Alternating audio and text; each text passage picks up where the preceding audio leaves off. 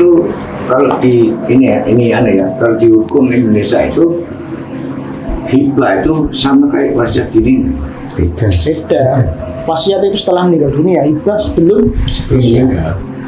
Nah, contoh soal nih, si A ini mempunyai rumah sebelum dua rumah sebelum meninggal, ini membuat hibah waris ke notaris. Yang ini buat si A, anak si A, ini si B. Ini akan balik nama ke si penerima hibah ini apabila yang berikan hibah ini meninggal. Apakah itu masuk wasiat? Iya, wasiat ya benar. Ya, ada persyaratan setelah meninggal dunia kan. Iya. Tapi di akta notaris dicatatkan itu hibah waris, bukan wasiat. Kamu diatur. Itu mungkin ya istilah mungkin. Iya, nomenklaturnya aja. Wasiat nggak ada istilah di hukum, kan nggak ada wasiat. Hibah waris. Hibah itu kan hadiah, hibah pemberian. Hibah waris. Bahasanya seperti itu.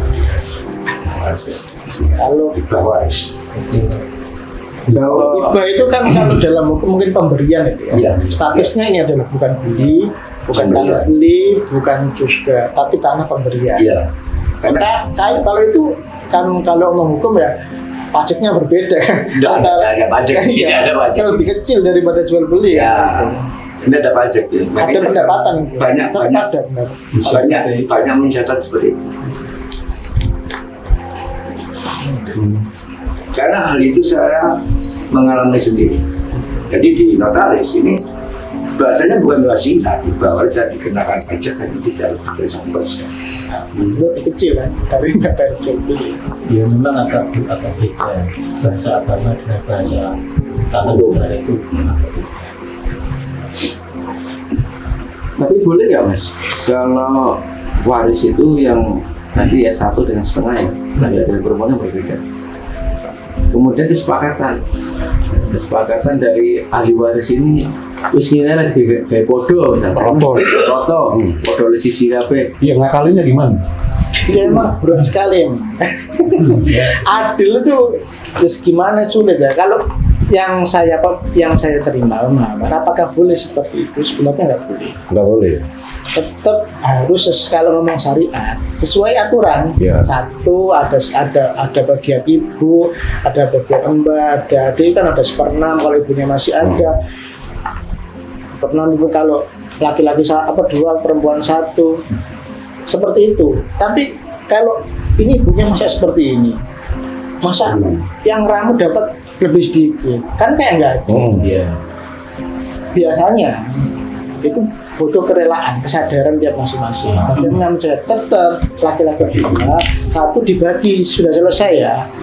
Nah, masing-masing, kemudian kesadaran masing-masing. Ini kesepakatan. Pembicaraannya itu berikutnya.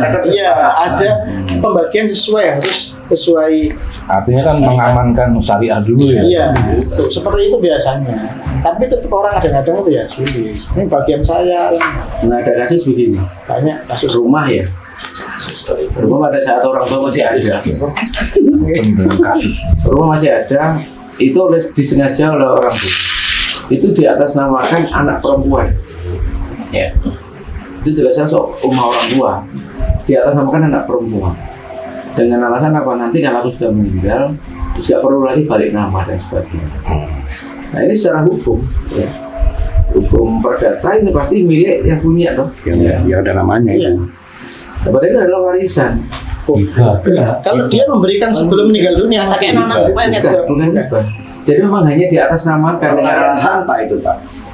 jadi ibu bapak masih ada ya. Kemudian rumah ini di atas namakan anak perempuan karena anak perempuan itu satu-satunya misalkan ya. Ngurusi ya. Iya bisa juga kalau kamu misalkan Anak tunggal ya. bukan tunggalnya akeh gitu. Jadi yang laki-laki 7 ya, perempuan 1. Terus di atas nama perempuan aja gitu kan. Nanti kalau aku udah meninggal biar gak bingung gitu kan. Anak tunggal. Awalnya baik-baik aja kan. Nah setelah ini orang tua udah meninggal, ya laki-laki Barep kan meninggal. Ini tinggalan orang tua gitu kan. Ini harus dibagi. Nah anak perempuan udah mau itu atas nama aku gitu. Secara hukum kan tetap seperti itu. Iya. Iya. Dan tetap yang punya nama itu atas nama. Baik gimana Pak?